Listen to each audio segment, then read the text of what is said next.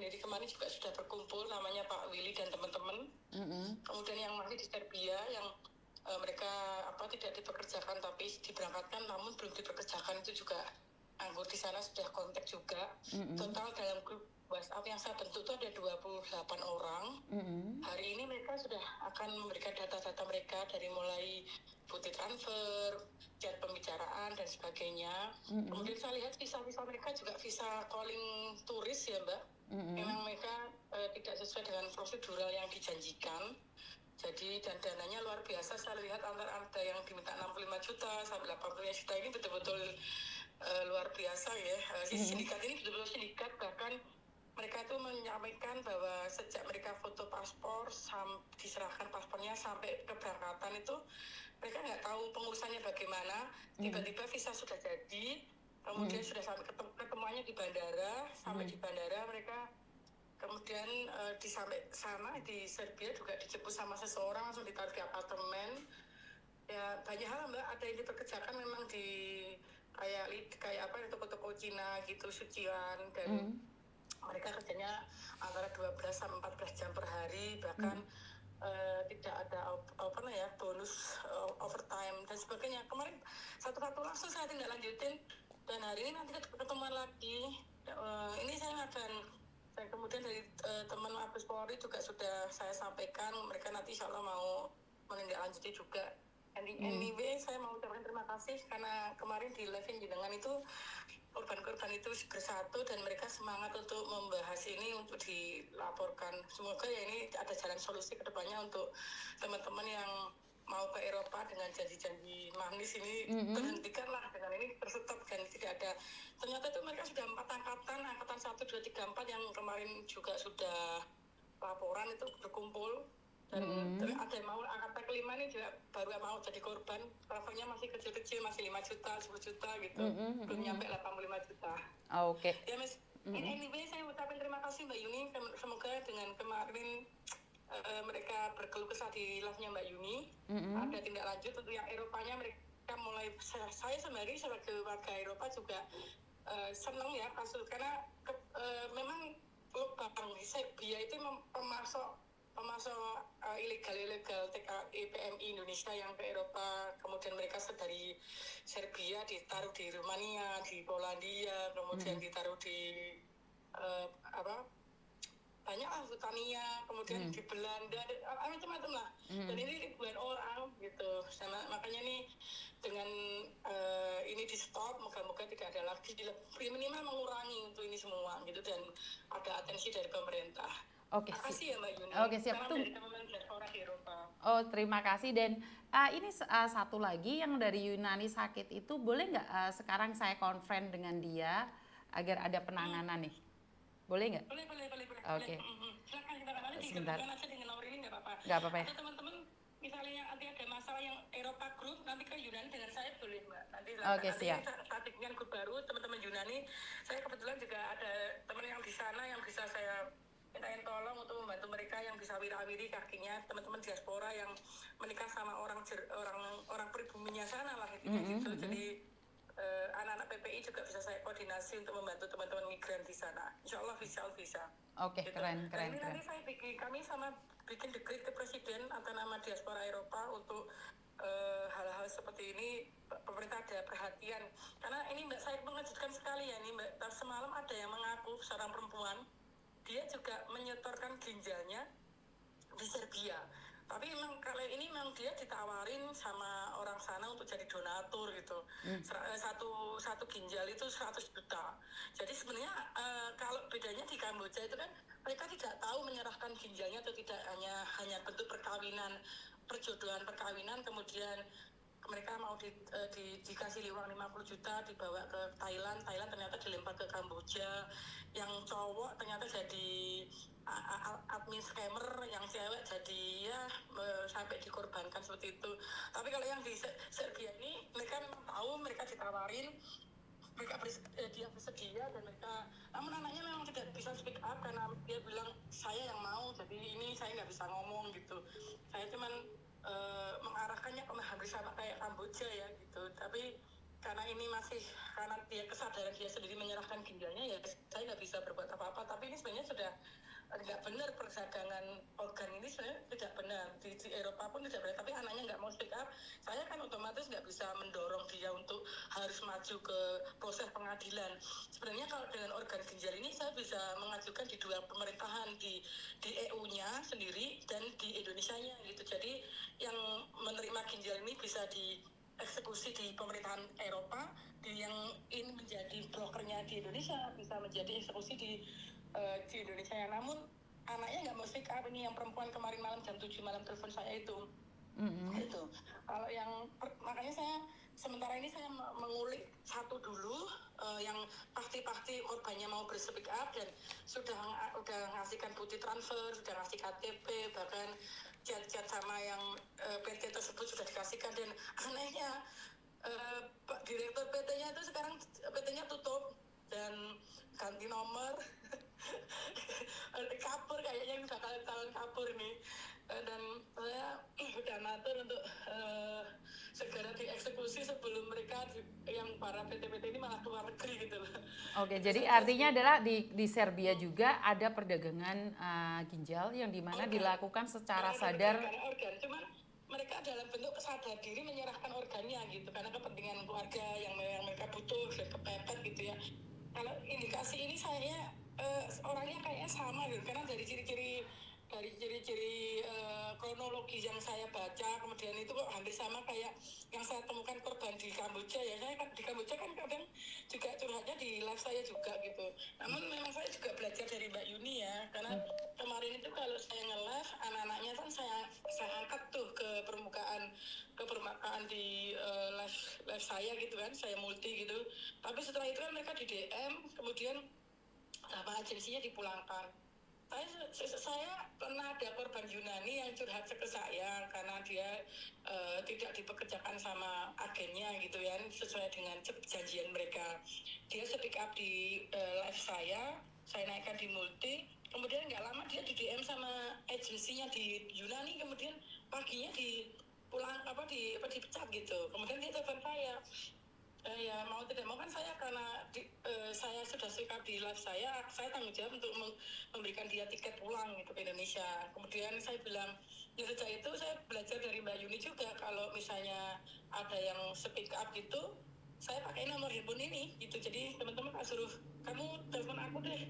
Kalau kamu mau curhat di handphone, nggak curhat di live saya, karena waktu live saya dia tahu akunmu, kemudian dia DM kamu bisa kemudian kena pecatnya, di mana yang dia keberangkatan kemarin pinjam uang yang kasusnya parah tuh yang di Serbia ini rata-rata tuh mereka menggadaikan sertifikatnya di perorangan, ada yang mobilnya ditaruh di pegadaian, bukan pegadaian pribadi ya.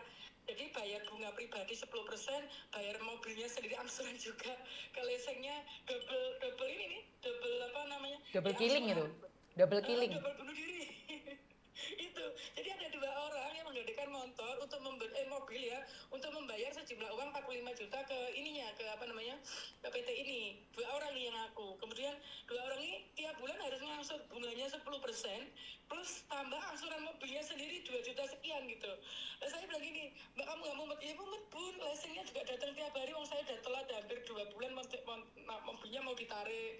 Selain itu dia juga harus bayar angsuran yang 45 juta itu per bulan, bunganya 4,5 juta gitu. Sedangkan saya ini suami saya di sana nggak dipekerjakan, jadi nggak bisa ngirim uang gitu. Kan ini sudah dan yang memberi saran itu tuh PT-nya malahan.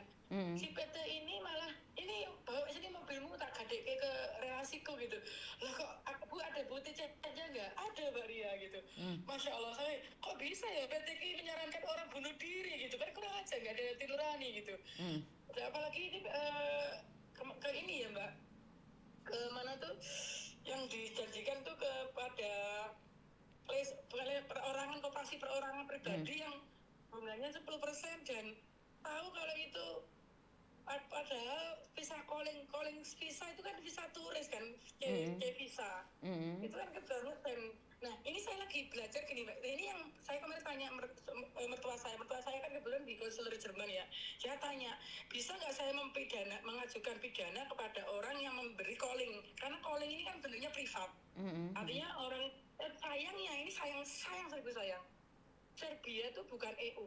Jadi mertua saya tidak bisa memberi rekom ke saya untuk mengajukan persidangan peradilan EU gitu. Nah, sayang itu saya. Cuman dia bilang ini, makanya organisasi kamu yang IMCO itu, International Migrant Care itu, kamu segera ajukan ke PBB. Kalau kamu maju ke PBB, itu kamu bisa menelpon kepala negara langsung, karena posisimu lebih tinggi daripada kepala negara, dia bilang gitu. Aku bilang gini, masalahnya di 182 negara itu total dari anggota saya tuh belum mencapai 5.000, baru 2.800 anggota saya gitu, pasti separohnya. Jadi untuk mengarah ke PBB itu saya masih mungkin waktu kurang lebih jadi 1 tahun tak kejar lah gitu. Nah, kasus-kasus ini tuh saya nggak bisa ngomong sama kepala negara, Mbak, kalau saya bukan PBB. Jadi kalau ini yang memang kayaknya ya sindikatnya tahu hal ini, dan ini saya bilang ini kayaknya permainan orang besar yang tahu urusan bilateral gitu. Kalau nggak tahu urusan bilateral, nggak mungkin menaruh orang itu di tengah pinggiran EU. Kalau pakai Schengen visa, oke lah melalui Swiss gitu, yang memang Swiss mempunyai AFTA sama Indonesia dan dia EU. Tapi Swiss itu kan tidak euro, dia pakainya kan franc Swiss kan, jadi lebih tinggi value-nya. Dan jarang orang yang di ACC di Swiss untuk jalan-jalan dengan mudah gitu di Swissnya. Dan nggak mungkin juga orang yang calo-calo menempatkan orang-orang PMI ilegal melalui Schengen callingnya di situ gitu, karena memasukkan ke situ kan harus punya uang 500 juta kan, nggak mungkin juga, impossible lah gitu. Yang jalan satu-satunya hanya Turki aja. Kemarin saya tanya sih sama orang Turki, yang kepolisian Turki, memang Turki ini tempat untuk transit orang ke Eropa, dan kemudian mereka itu nanti dari Turki ke Eropa atau Turki ke Belanda itu mereka naiknya truk, Mbak, truk logistik gitu loh, di dalam tong-tong logistik gitu. Saya bilang gitu, itu sampai ada, dan dia ngasihkan foto ke saya gitu. Oh my god, ternyata ada orang yang bersedia dalam drum itu masuk ke situ untuk supaya lolos masuk ke EU-nya gitu. Nah, ini saya cuma mikir bagaimana bisa kerjasama dengan kepolisian EU di Belgia untuk menyetop kasus-kasus ini juga gitu. Moga-moga bukan PMI Indonesia yang masuk di drum logistik dari Turki ke Indonesia ke Eropa. Tapi kalau memang Serbia ini memang satu punya bilateral dari Indonesia ke ini, bilateralnya Indonesia kan bagus ya dengan Serbia, dan Indofood juga punya pabrik di situ, sehingga gampang untuk produsen itu ambil gudangnya dari situ untuk mau beli barang Indonesia. Saya pun karena saya punya gudang, dan saya tahunya juga awalnya belanja di Serbia, tahu teman-teman itu.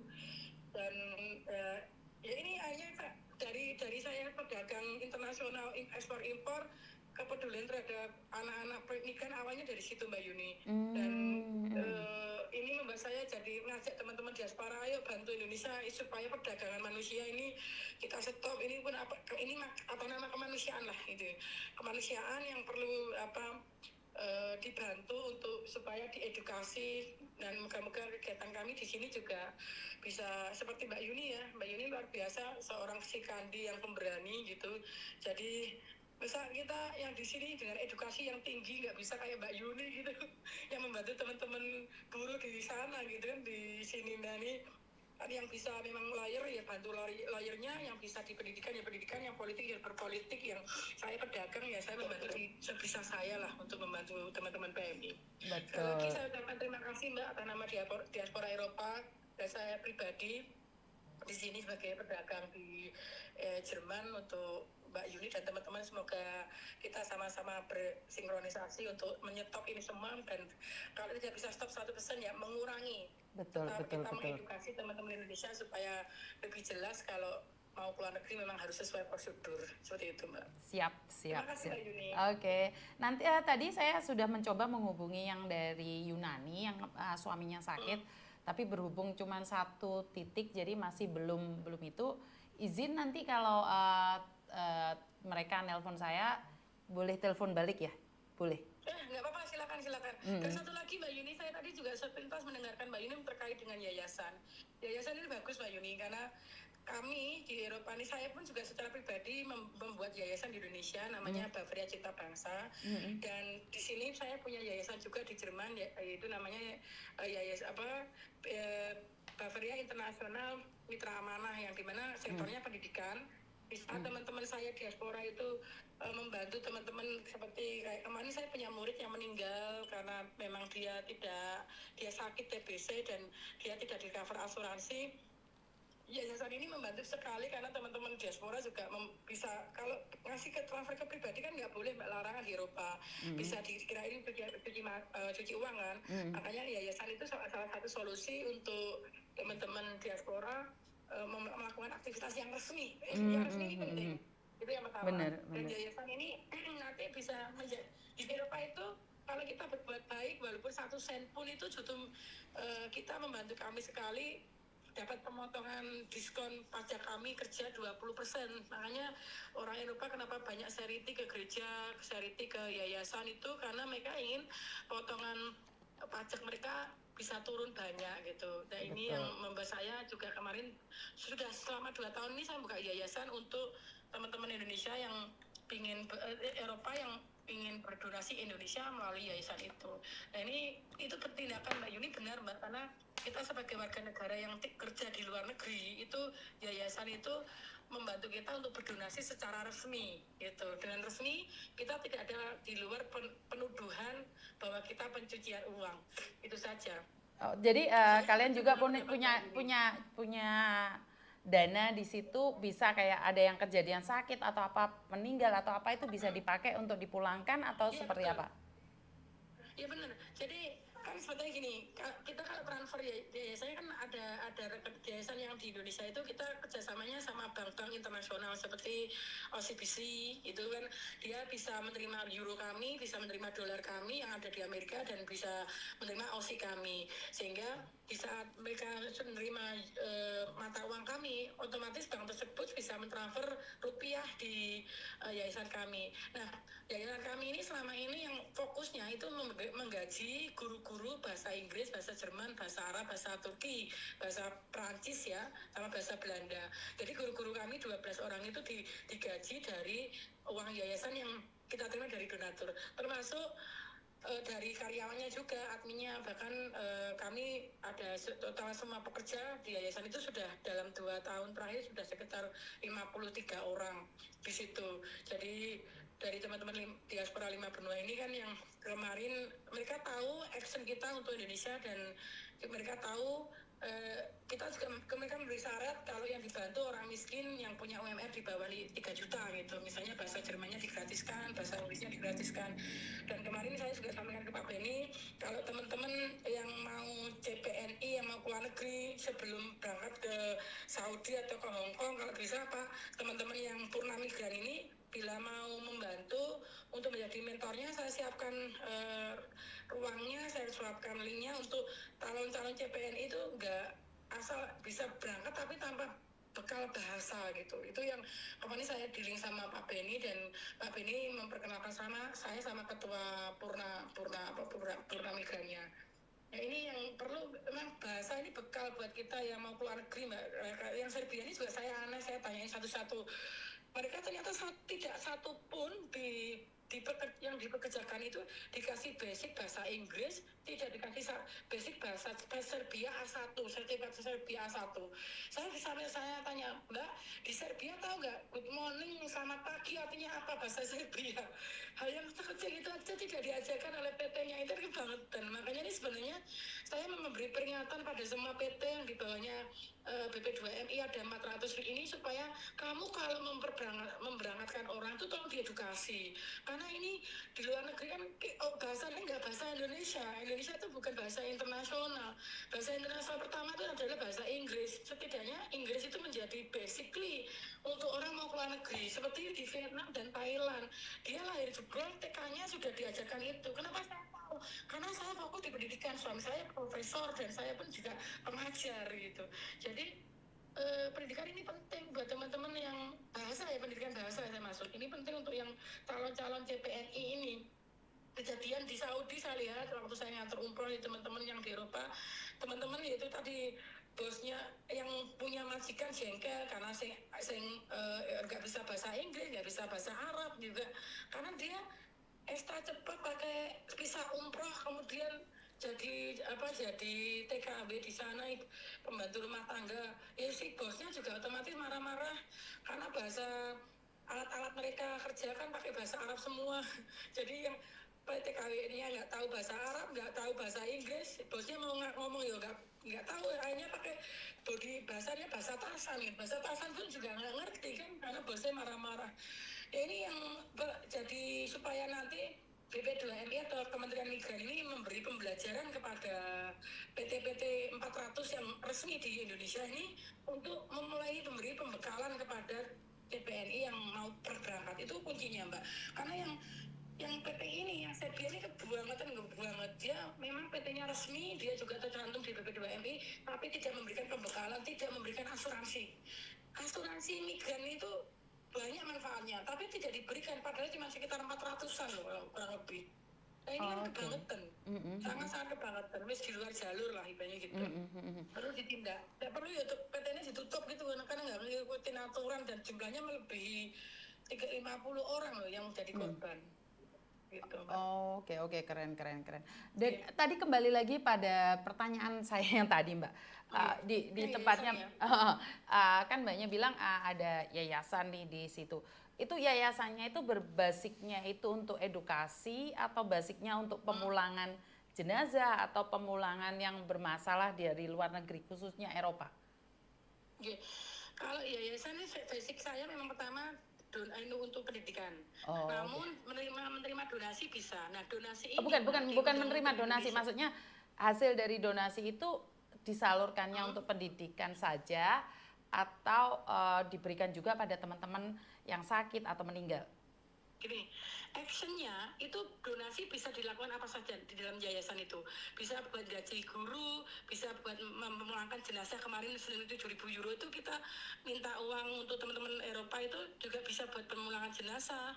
Jadi gini Mbak, saya memang memiliki yayasan di 2 negara, yang satu di Jerman, yang satu di Indonesia. Di saat saya meminta bantuan teman-teman Eropa, itu memang mengalirnya pada rekening yang ada di Eropa. Nah, yang di Eropa ini mengalir ke Indonesia, itu nanti kalau misalnya gini, pada waktu pemulangan jenazah ke Indonesia itu otomatis kan saya membayari tiket yang jenazah dari Eropanya pakai uang Eropa. Sesampainya Indonesia, penjemputan di bandara sampai rumah, sampai pengajian 7 hari, itu kan butuh trata, butuh yasinan, kurang lebih sekitar 5 juta, itu kan saya memberikannya pakai rupiah. Nah, sebagian yang ada di Eropa saya transfer ke Indonesia, kemudian Indonesia mentransfer di keluarga yang meninggal, gitu. Nah, di Indonesia nanti kan ada tanda terima dari pemilik rumah, kemudian ada foto, ada gambar makam dan sebagainya. Itu yang nanti saya laporkan pada teman-teman menjadi donatur. Kita kan setiap dua kali dalam 1 bulan kan ada pertemuan, dan kita melaporkan ini donasi Anda sekian, kemudian di Indonesia kita berikan sekian. Artinya termasuk saya bilang tidak harus yayasan ini dari saya aja. Misalnya memang Mbak Yuni ada yayasan, kok teman-teman Eropa bisa membantu untuk yayasan Mbak Yuni, kami pun juga siap untuk memberi informasi ke mereka apabila mau ada bantuan untuk teman-teman yang di Hong Kong yang butuh misalnya tiket pesawat pulang atau yang lainnya gitu. Karena kan pada dasarnya kalau dari Eropa, dari Hong Kong itu kan dikurskan lebih tinggi Eropa ya Mbak. Jadi kayak kita membantu teman-teman di Indonesia, di kemarin pemulangan jenazah di NTT itu juga, itu kan orang Indonesia yang posisinya ada di Saudi gitu. Jadi uang euro pindah ke Saudi kan lebih kecil ya, katakanlah 200 euronya Eropa itu kalau ditransfer ke real itu nggak jadi kan tinggi gitu, sehingga untuk pemulangan tiket pesawat ke Indonesia hanya dengan 200 euro aja sudah bisa pulang, ibaratnya seperti itu gitu. Nah, itu yang memang saya berharap Eropa ini menjadi support system, Eropa Amerika terutama support system teman-teman yang kurs uangnya tuh rendah untuk bisa dibantu, karena di kurs rendah ini seperti Hong Kong, Taiwan, dan Saudi, Malaysia, Singapura ini 5 pondasi TKW Indonesia memang kursnya rendah, sehingga kalau misalnya Eropa Amerika membantu itu kita tuh nggak apa ya, secara fisik finansialnya tuh kita masih kokoh gitu. Karena misalnya kayak kemarin saya membantu teman Yunani untuk satu grup ya, di Yunani itu satu grup, dia di dalam sebuah pulau terkucil karena di selat itu ada pemblokiran, dia nggak bisa ke Athena tapi juga nggak bisa pulang ke Belanda karena hanya satu selat, dan selat itu hanya satu ferry. Nah, ferinya itu selama 2 bulan dijaga sama polisi dan teman-teman kan udah expired ya masa calling visanya, ada yang expirednya setahun, ada 8 bulan. Nah itu mereka nggak bisa keluar dan nggak bisa minta bantuan. Akhirnya mereka chatting kita yang ada di Eropa. Saya bilang gini sama mereka, sama si S ini, Mas, kamu cari orang Yunani, nomor rekeningnya berapa, saya transfer, kalian buat makan dulu lah selama seminggu. Makanya saya calling teman-teman, siapa yang mau iuran, bantu teman-teman di Yunani, PMI Yunani. Kemarin ada yang dapat uang, hanya padahal di kita Mbak, 250 euro itu sama dengan makan sekeluarga aja untuk satu kali makan di restoran. Tapi bagi teman-teman yang menerima bantuan ini 250 euro itu bisa makan seminggu. Nah ini kan ini jauh lebih bermanfaat ketimbang kita makan keluarga di satu restoran. Lebih baik memberikan makan teman-teman kita yang di posisi penyekapan gitu ya, bisa makan seminggu. Nah selama seminggu ini setidaknya kita bisa bergerak, minta bantuan selama teman-teman bisa makan. Nah kita bergerak yang di Eropa minta bantuan kepada pemerintah, misalnya KBRI, atau kita minta kepolisian setempat untuk bisa melakukan evakuasi gitu. Kayak kemarin kasus penyekapan di Dubai, di saat Lebaran KBRI tutup kan selama seminggu. Jadi anak-anak telepon KBRI nggak bisa, tapi dengan ada jaringan PPI dan PPI di situ ada yang nggak pulang, kemudian PPI ada kenal kepolisian. Nah kepolisian ini didampingi PPI kan bahasa Dubainya lancar. Akhirnya dalam tiga jam penyekapan itu bisa dilakukan oleh teman-teman PPI di Dubai, dibantu sama mereka gitu. Setelah mereka keluar, baru teman-teman PPI ini diantar ke kedutaan Dubai untuk diselamatkan, tinggal di situ sementara, dan sekarang proses pemulangan gitu Mbak. Dan bantuan teman-teman PPI yang diaspora, teman-teman pendidikan ini kan diaspora. Dan diaspora ini memang lancar bahasanya di negara-negara tertentu setempat kan, otomatis karena dia harus level C1, level master gitu. Nah ini sangat membantu sekali menerjemahkan bahasa kepada aparat-aparat pemerintah setempat. Kenapa saya bilang diaspora harus turun gunung membantu orang-orang kampung untuk diselamatkan, karena saatnya kita diaspora yang sudah dikasih pendidikan tinggi ini untuk membantu orang kecil, terutama PMI yang saat ini tidak tahu apa-apa tentang dunia luar, tapi dicekoi sama agensi-agensi nakal. Agensi nakal ini sebenarnya disadarkan aja, nggak perlu dimarahi, tapi dicetak dulu, masukin penjara, begitu dikasih edukasi supaya kamu jangan melakukan pekerjaan yang kotor ini lagi.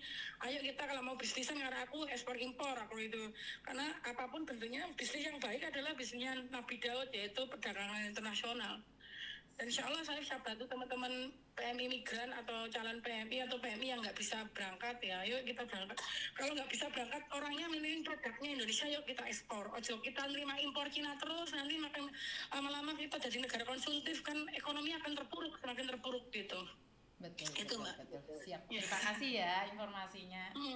Oke. Ya nanti kita send ke Dania saja Mbak. Keep in contact di nomor ini. Insya Allah nomor ini akan bisa siap membantu untuk teman-teman PMI di seluruh dunia, dan apalagi di bawahnya Mbak Yuni untuk bisa. Thank you so much Mbak Yuni. You are very inspiration for us. Jadi karena Mbak Yuni, teman-teman Eropa akhirnya juga tergerak gitu kan. Mungkin kalau nggak ada Mbak Yuni juga kita wayem gitu. Itu aja. Karena ini memang harus ada kompornya. Kalau nggak ada kompornya, Indonesia nggak gerak juga gitu. Yang penting nggak meleduk aja kompornya. Yang penting kompornya nggak meleduk. Ini penting. Ya gitu, ya. Oke. Terima kasih ya. For your attention, for all everything, and thank you so much. Ya, terima kasih. Terima kasih juga, sama-sama. Aduh, Mbak. Ini edukasi yang bagus kalian itu, karena gini teman-teman, satu-satu orang pembawaannya beda-beda, jadi kalian nggak bisa merasa bahwa